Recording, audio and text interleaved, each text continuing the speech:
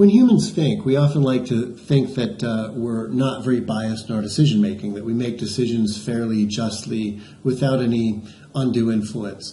But when scholars and scientists study how humans actually make decisions, they find that humans are susceptible to a whole host of what are called cognitive biases, these little quirks that the brain has that really makes our decisions a whole lot more biased than we think they are, a whole lot more open-ended than we think they are. So in this video, I want to talk about some of the cognitive biases that scientists have really discovered humans have that sometimes lead to discriminatory thinking, even when that's the last thing that humans intend. In a previous video, I talked about Daniel Kahneman, who's a behavioral economist. So he does research on how people make decisions. And he has a book called Thinking Fast and Slow, where he talks about two basic types of thinking that humans exhibit when they make decisions. The first is called fast thinking. This is like the gut level thinking where you make a split-second decision or a really quick decision because you just have to make a fast decision. And this kind of thinking has been with us for some time in terms of our evolutionary history. It's probably what our survival depended on, the need for us to be able to make very quick decisions in situations where taking too long is maybe a matter of life and death. So the good thing about this kind of thinking is we can make quick decisions with a very limited amount of information. But the bad thing about this kind of thinking, obviously, is that sometimes more information is required to make a really good decision. Well, then there's slow thinking, which is a more recent development in human evolution. And that's the kind of thinking that allows us to step back from our fast thinking and say, well, let me really think about this problem a bit. Let me really mull it over, collect more information, decide, a little bit more with a little bit more weight. And the good thing about slow thinking is it allows us to really step back when we need to step back. Often we need to take into account more information. Often we really need to think about a decision for more than a few seconds or a few minutes. And that's what slow thinking does. But what Daniel Kahneman has found is that humans are very used to and very adept to fast thinking. So unless you really feel the need to step back and think about something, you're really usually going to go with your fast thinking impulse. And the problem is the human brain doesn't really like slow thinking. It takes time and it takes a lot of cognitive energy. So for the most part, our brains in some ways convince us to stick with the fast thinking, even when in some cases slow thinking is going to be justified. But the problem is that fast thinking is also where the cognitive biases that lead us into some discriminatory decisions come into play. So let's review some of those. So the first are biases that lead us to discriminate in the first place. So here are a few that scholars have found. The first is called confirmation bias. The human brain really likes to confirm its own stereotypes and biases. So if you believe a certain thing, when you go out and look for evidence, you're usually going to go out and look for supporting evidence, not evidence that disconfirms your hypothesis. So if you think that all Christians are fundamentalists, closed-minded bigots, when you look out into the world and see Christians in the world, you're going to pay more attention to those examples that confirm your stereotypes. You're going to look at the Christians who are closed-minded or zealots, and you're going to really pay more attention to those than you will when you see examples of Christians who are not closed-minded bigots. They're not fundamentalist about their religion, because it's more comforting to confirm our stereotypes. So the same thing might happen if you think that Muslims tend to be terrorists or extremists. People who think that way are going to look out into the world, and they're going to really pay most of their attention to the examples that confirm those stereotypes. Of course, there are a lot of examples that don't confirm the stereotypes, but those examples are usually kind of either overlooked or discounted because, the human brain really likes to confirm its own stereotypes. Another bias is called the status quo bias, and this bias is basically the bias that we have towards things as they exist, the way they are. So when we become used to, let's say in our upbringing, things being a certain way, what will often happen is we'll kind of subtly think that, okay, the fact that it's this way means it's good. It must be good if it's this way. I'm used to it. I'm comfortable with it. That's the way it should be. And scholars sometimes call this existence bias because the mere existence of a state of affairs and our being used to that state of affairs often means that we'll think that state of affairs is pretty good. So if we take an example Like, let's say that we grow up in a world where we're used to straight marriage. We're used to marriage being between a man and a woman. The very fact that we become used to things being that way and the state of affairs being that way will often lead us to think, well, that's the way it is. That's just the way it is, and the way it is pretty good. Otherwise, it wouldn't be that way.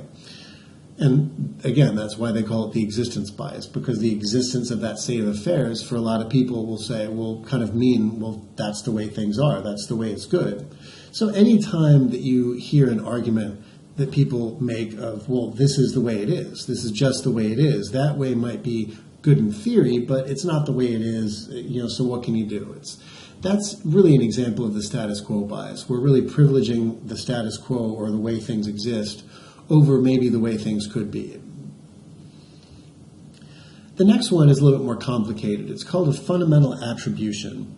And what a fundamental attribution is when we look at a state of affairs and we look at outcomes, we pay a lot of attention to the character of the people involved in those outcomes. And we often attribute those outcomes to people's character. So a common example of that would be if you look at a car crash. It's the easiest thing for the brain to do is attribute the car crash to the people involved in the car crash. Oh, they must be sloppy drivers. They must not be people who pay attention and things like that. What the brain often doesn't do is look at the circumstantial happenings that may have led to that outcome. So maybe it wasn't highly visible on that day, and that's what led to the car crash. Or maybe the road is poorly designed so the cars can't really see each other. So maybe that was part of the outcome of the car crash. It's a lot easier for the brain to pay attention to the more obvious idea that the characters involved gave rise to the circumstance. So a popular example of this that we'll go over is it's often the case that when people look at the poor and the poor being poor, they attribute it to some character aspects of the poor. Well, they're poor because they don't work hard. They're poor because they don't save enough. They don't want to save enough. They're poor because they don't value things like hard work and the American way and things like that. And sometimes that could be true, but other times it could also be true that the surroundings and the circumstances are what either keep people in poverty or lead to poverty. So maybe they're poor because they didn't have the resources that other people had that they could take advantage of. Maybe they're poor because they went to poor schools that limited their opportunities. Maybe they're poor because they live in a city that doesn't have a lot of economic opportunities, so the best thing they can get is a low-paying job. Or maybe they're poor partially because they're undernourished, and when you're undernourished, you can't work as hard because you don't have as much energy or things like that. So a fundamental attribution is any time you look at a situation and you attribute the situation to the characters involved in the situation rather than the circumstances surrounding the situation.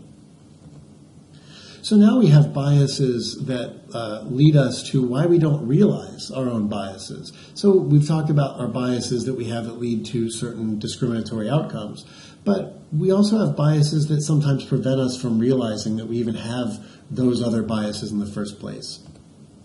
The first one is called superiority bias. When people survey when researchers survey people about what they think about themselves, most people put themselves in the above average category. So when you look at, there's been studies where men and women are asked to talk about how much they contribute to housework.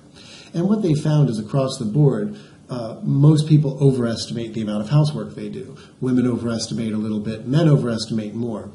And when there's other studies that have been done about guessing how much your friends like you or think that you have great characteristics. Most people overestimate the characteristics they have. Oh, I'm really funny, or I'm the life of the party. And then when they survey the friends tend to give a lower estimate. Well, they're funny, but they're not as funny as they think they are. Or these people are the life of the party, but they're not really as much the life of the party as they think. And we also do this, researchers find, when we study how discriminatory we think we are. We think other people are a lot more discriminatory than we think we are ourselves.